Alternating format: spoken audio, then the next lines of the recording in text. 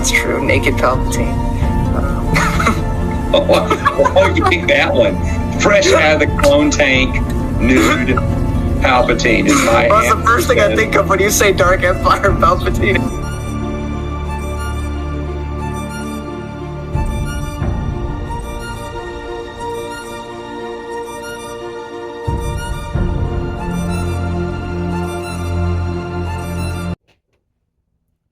Hello everybody, and welcome back to the Halo Expanded Universe.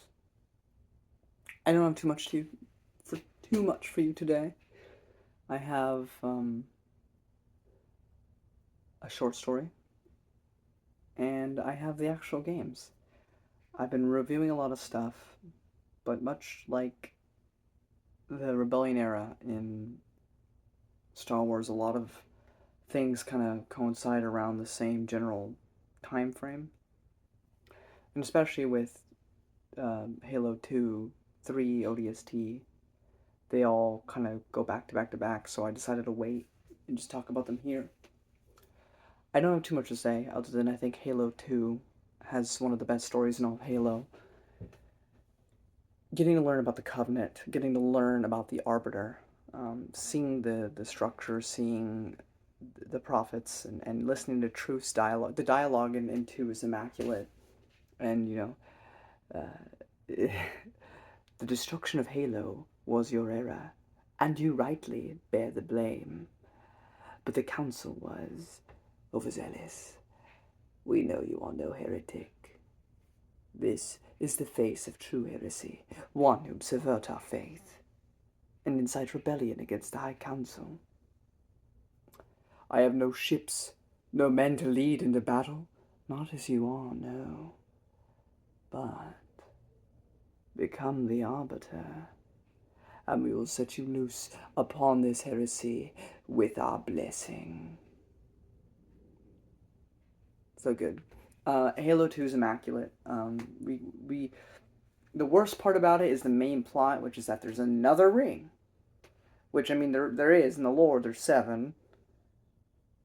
But it's time to do essentially the same thing again as the first game. But that's okay, because the writing in it is so compelling. We get many Covenant POV stuff, which is really good through the character of the Arbiter, who is a wonderful character. I knew we were in for a treat, and it was going to be a step up from Halo 1, when you have the juxtaposition of that opening parts of the game, where you have Master Chief being congratulated for the events of Halo Combat Evolved, only to have that same thing, but in reverse, happen to the Arbiter, or Thalfadem, in the other half of it, where he's getting tortured and lectured over failing to stop Master Chief from what he did in the first game. And that's just brilliant to me. I love that. And then we get everything into the cosmic horror of it all, where we deal more. In the first game, the Flood was very much just the zombies in space. But by introducing the Gravemind, by giving it intelligence, by giving it a goal, and by having it be this ancient thing, where even if it's a new Gravemind, it retains the memories from times past. And him speaking in riddles, just adds to that. This one is but flesh and faith, this one is but machine and nerve, and has his mind concluded. This one is but flesh and faith, and is the more deluded. Fate brought us together as foes, but this ring will make us brothers. Again, brilliant. The only thing is that this game ends on a cliffhanger, which is very much a problem. More so for people back in the day. It's not really a problem now, because you can just jump straight into the next game. Back then it was definitely an issue. Another thing is the environmental storytelling they do in this game. Like, there's a part where you're on High Charity, and you see a bunch of elites dead, because the brutes have been killing them. Because there's a rebellion, and it's just done masterfully. Do I think the game... fun is a subjective term.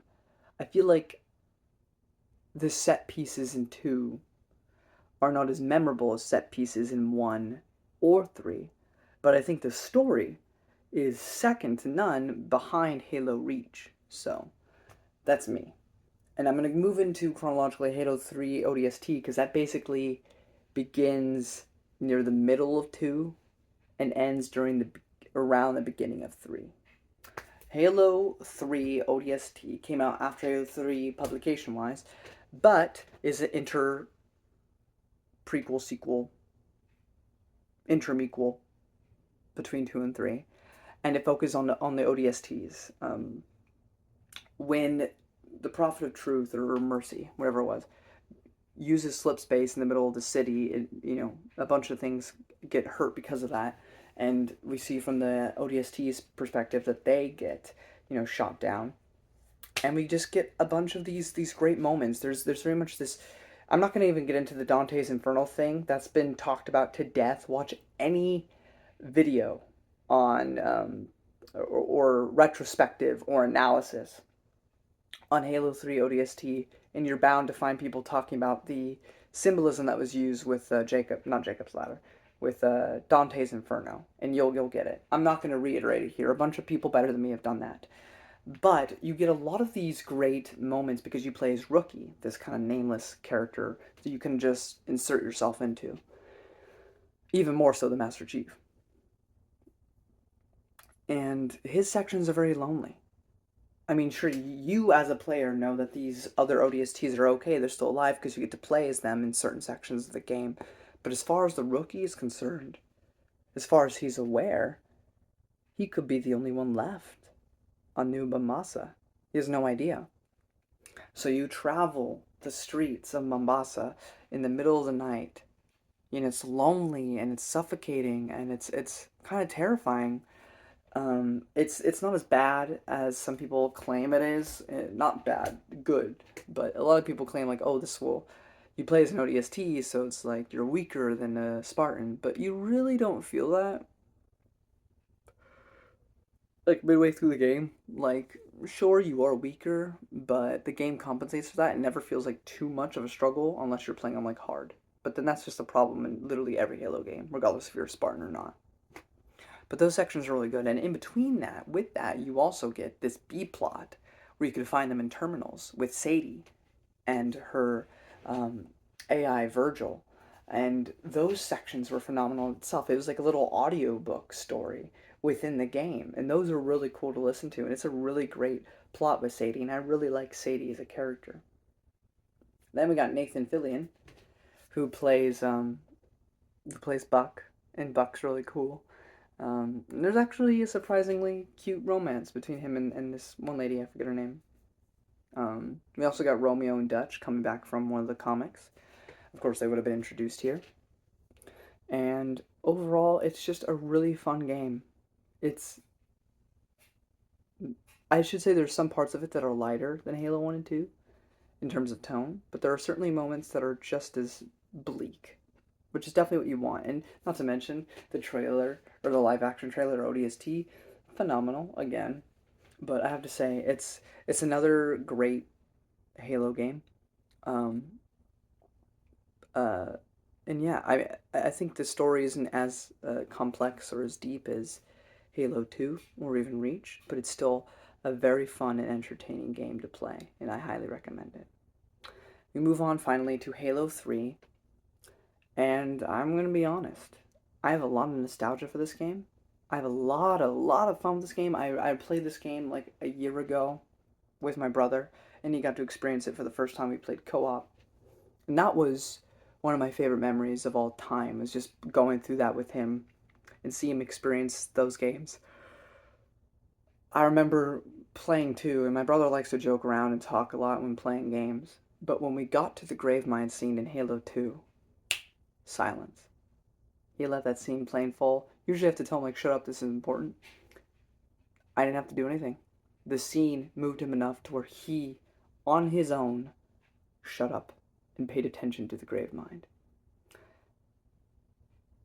You get to Halo 3, you get to the very end with the Ark, and you have, the Master Chief driving, or the Arbiter driving, whatever way you want. and the other person shooting as you try to race against the clock. And, by yourself, that's fun, but with somebody else and that memory ensued in there, that's one of my greatest memories in all of gaming, is even though I've already played those games by myself, but playing with my brother and, being the arbiter and shooting on the back as the flood is attacking us and he's trying to race to the finish line and escape was phenomenal. However, Halo 3's plot sucks. Just sucks. The themes are there. The emotional beats hit, like when Master Chief rescues Cortana. Don't make a girl promise if you can't keep it. But the main plot sucks. Just straight up sucks. I don't know what happened. I don't know what happened from 2 to 3, but I don't know what happened. My main issue, above it all, is some of the dialogue is what? Like Miranda Keyes. She goes, somebody asks her a legitimate military question. Where are we off to? And she goes, to war. Sure, that sounds cool, but that's not helpful. That's just stupid.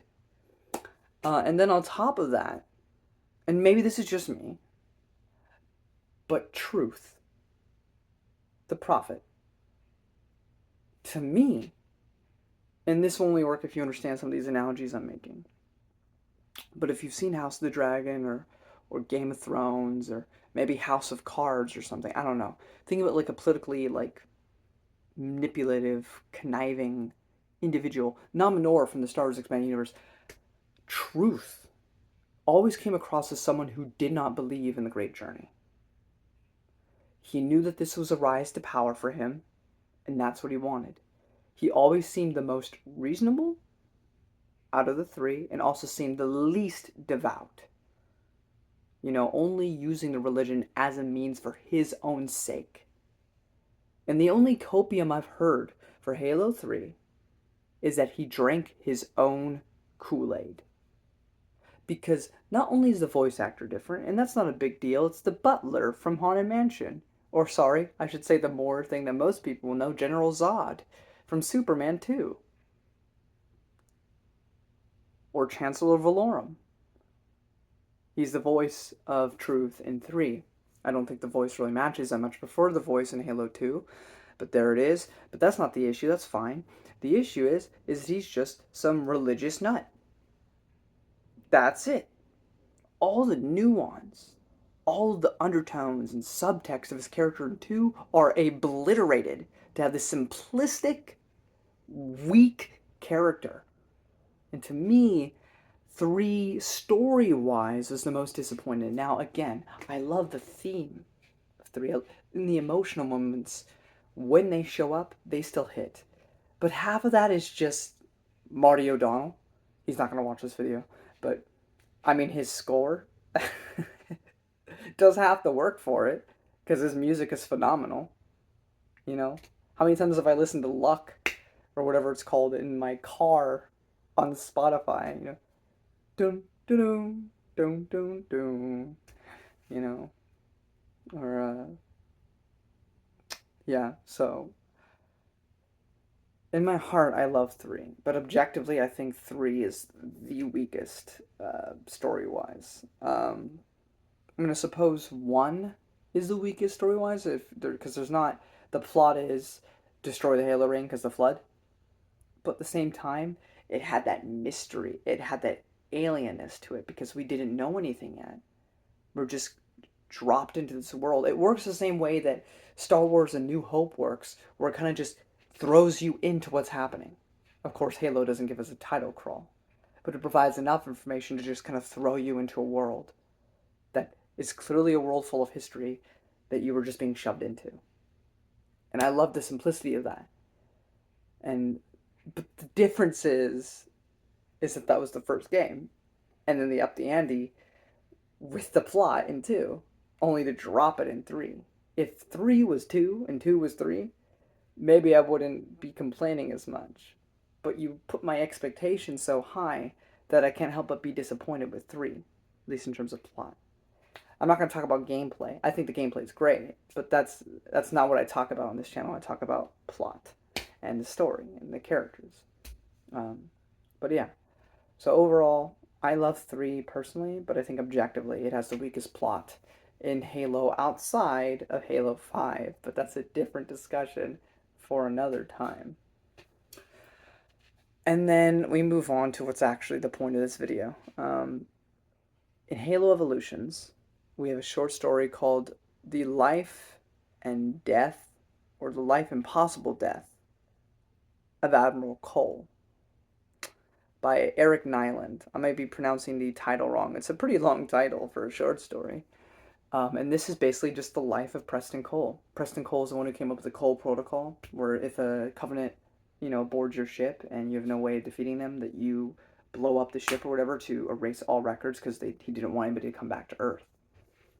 It's actually one of Eric Nyland's better stories. I think it's better than both, what was it called? The one that takes place, First Strike. It's better than First Strike, and it's better than The Fall of Reach. It's pretty up there with The Ghost of Onyx, which is my favorite so far, novel-wise, of Eric Nyland. But no, I really enjoyed it. The way it was structured is that you have an Oni personnel that's kind of reviewing Cole's life and trying to figure out whether or not he survived his final battle, or whether or not he did actually die. And it just gives so much insight into this character that you never really interact with that much in the stories. I mean, here we learn that his second wife was a insurrectionist. I read Silent Storm first by Troy Denning, and they... Hold on.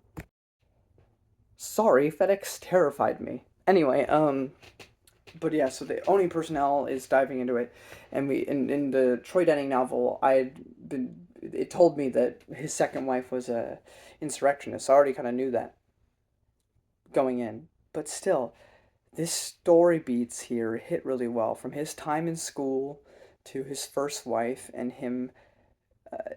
It talks about him. This girl gets pregnant. He marries this girl. But the kid is not his. Oni later, they have the medical records, and it's not his. But he still took care of it, and had several kids with the lady. But he goes and, he's on his spaceship for a long time, and his wife sends him a letter, and he gets divorced. Only to find a second wife, and he's rather happy, and then he finds out that she's an insurrectionist. But at the end of the story, she comes to aid him against the Covenant. Did Cole die in that final moment? Kind of feeling relieved that, even though his wife was of opposing side, or ex-wife, I should say, that she stood by him against the Covenant? Or is it that he survived that encounter and decided to live the rest of his life with his wife? Because one of the best parts of the entire little story, I don't want to ruin too much for you, it's a short story, I want you to read it for yourself, but there's a part where his wife leaves a letter because he just found out that she's, an insurrectionist.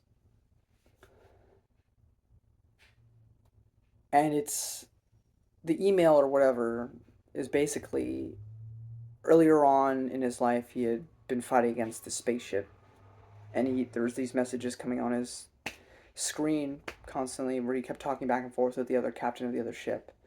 And the captain was like, if we weren't fighting against each other, you seem like a lot of fun. We should both get out of here, or something like that. I'm paraphrasing, but basically it's just that conversation shown to him again, but it circles the part, about like, we seem genuinely good match for one another, or something like that. I'm butchering this. Just read the short story in Halo Evolutions, but it was really good, and I really, really, really enjoyed it. So I do highly. This is one of the better stories in Halo Evolutions, and I highly recommend this one. But yeah, that's pretty much it, guys. Just want to talk about the games themselves, and that short story. We've now finished the Bungie era, which has been phenomenal. I love Halo Reach. I love Halo 1. I love Halo 2. I love Halo 3 and ODST. I'm going to defend Halo 4 when we get to it, but I know objectively all these games are better than what 343 has done. That is nostalgia, but that's also just truth. But that being said, it's going to be interesting moving forward to see what the 3-4 era brings in terms of EU, because they were the ones that primarily gave a biggest damn toward the EU. So that's going to be really exciting to see where that takes us and see how it influences my opinions of Halo 4 and 5. And I already did the reviews of the Forerunner trilogy by Greg Bear, and that's already influenced my opinion on Halo 4. But we have another trilogy coming up. That there was 2 trilogies commissioned before Halo 4 came out, which were the Forerunner trilogy by Greg Bear, which we reviewed, and then the trilogy by Karen Travis. We'll see how that goes next time when we read Glasslands by Karen Travis. Until next time, guys, let's finish the fight.